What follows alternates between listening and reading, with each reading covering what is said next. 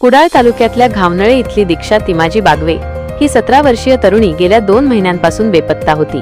तब्बल 58 दिवसांनी तिचा मृतदेह वाडोस इथल्या बांटमाचा चाळा इथं आढळून आला। या प्रकरणी दीक्षाचा मित्र असलेल्या कुणाल कुंभार याला अटक करण्यात आली आहे। एकतर्फी प्रेमातून ही हत्या झाल्याची माहिती पोलिसांनी दिली आहे। गेल्या 1.5 वर्षांपासून दोघे एकमेकांना ओळखत होते, मात्र दीक्षाने प्रेमसंबंधाला नकार दिल्याच्या रागातून कुणालने तिची हत्या केली। दीक्षा सावंतवाडीत एका महाविद्यालयात शिकायची। 2 ऑगस्टला ती कॉलेजला जाण्यासाठी गेली पण परतलीच नाही। कुटुंबाने शोध घेऊनही न सापडल्यानं पोलिसात तक्रार दिली। या तक्रारीनंतर पोलिसांनी तपास सुरू केला। यात पोलिसांना कुणाल कुंभारवर संशय आला।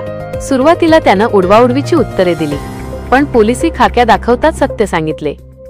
कुणाल कुंभार हा सावंतवाडीत ITI मध्ये शिकत होता, तर दीक्षा कॉलेजमध्ये होती। दोघांची 1.5 वर्षांपूर्वी ओळख झाली होती।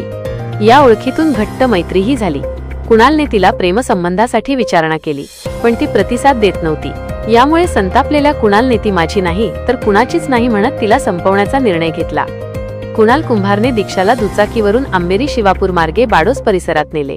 मुख्य रस्त्यापासून 100 मीटर आत कच्च्या रस्त्यावर त्याने दीक्षाचा गळा आवळून हत्या केली। तिथं जवळच मृतदेह लपवून ठेवला।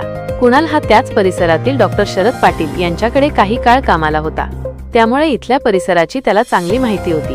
त्यामुळेच कुणालने दीक्षाला बाडोस इथं नेलं होते। पोलिसांनी कुणालला अटक करून त्याला न्यायालयात हजर केलं। पोलिसांनी त्याला 5 दिवसांची पोलीस कोठडी सुनावली आहे, तर दीक्षाचा मृतदेह ताब्यात घेण्यात आला आहे। आई आणि बहिणीने मृतदेहाची ओळख पटवल्यानंतर मृतदेह शवविच्छेदनासाठी CPR रुग्णालय कोल्हापूर इथं पाठवण्यात आला।